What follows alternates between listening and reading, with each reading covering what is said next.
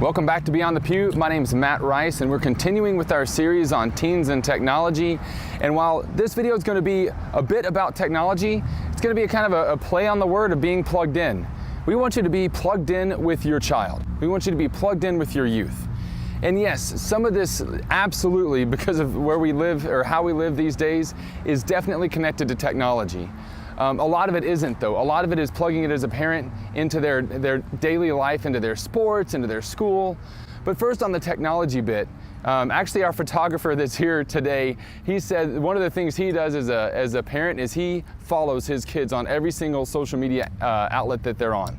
And that's a really good way for a parent to stay plugged in. Because sometimes your kids come home and you say, "How was your day?" and they won't say a single word, but you hop on Instagram and you see a photo of them with a friend that you haven't seen them with in a long time, and you can ask them, "Oh, hey, how's that friend doing?" Where you might not have had that conversation point at another time without that photo. So stay plugged into their social media accounts. Honestly, stay plugged into with their video games. Like, I know this is kind of dorky, and maybe it's because I like to play video games, but I think it'd be a lot of fun, at least I think it would be, if you asked your kid, "Hey, you know, what video game are you playing now? You want to teach me how to play it?"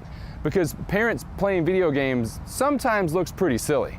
And I think the kids could have a lot of fun with that. So stay plugged in with your kids in that way.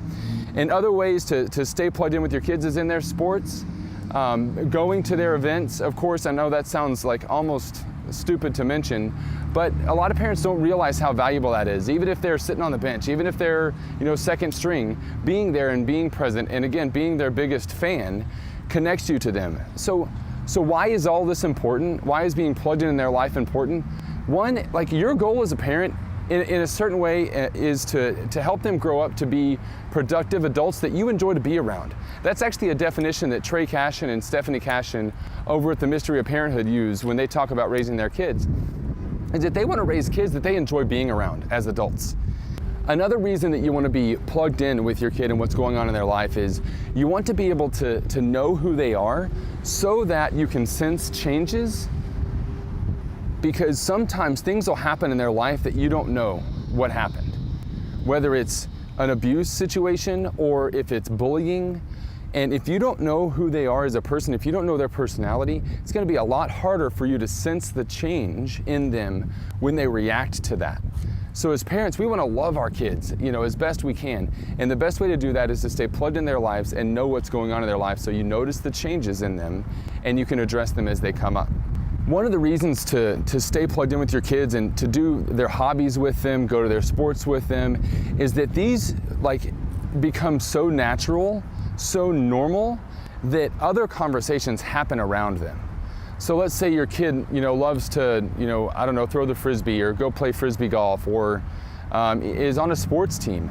The ride to and from there becomes actually a natural place for conversation to happen. Or while you're playing the sport, while you're participating in whatever it is, conversation can naturally happen, and it's not an awkward kind of forced conversation. You're actually enjoying each other's company, and at that same time, you're sharing your lives with each other, and in its natural state. Because a lot of times when you sit a kid down and ask them how their life's going, they draw a blank, just like we do. But if you're doing something with them, if you're participating in something with them, then all the walls are down and their life just comes out. Another way for parents to naturally stay plugged in with their kids is, and I hate to say it, no, I don't hate to say it, this is a shameless plug for youth ministers all around the world. They need you. They need you to volunteer in their programs. And if you volunteer in the middle school program, the high school program where your kid is, you can ask them not to be in their small group. That's perfectly fine. But you get plugged into that age group. You know what's going on in their lives. And you get to see what's actually taught at the class, because the kids aren't going to necessarily tell you when they get home. Other natural ways to get plugged in is volunteering to coach their sports teams, to assistant coach on those teams. Our prayer from Beyond the Pew is that you do something concrete to invest in, to plug in to the life of your young person so that you get to know them and just love on them. God bless.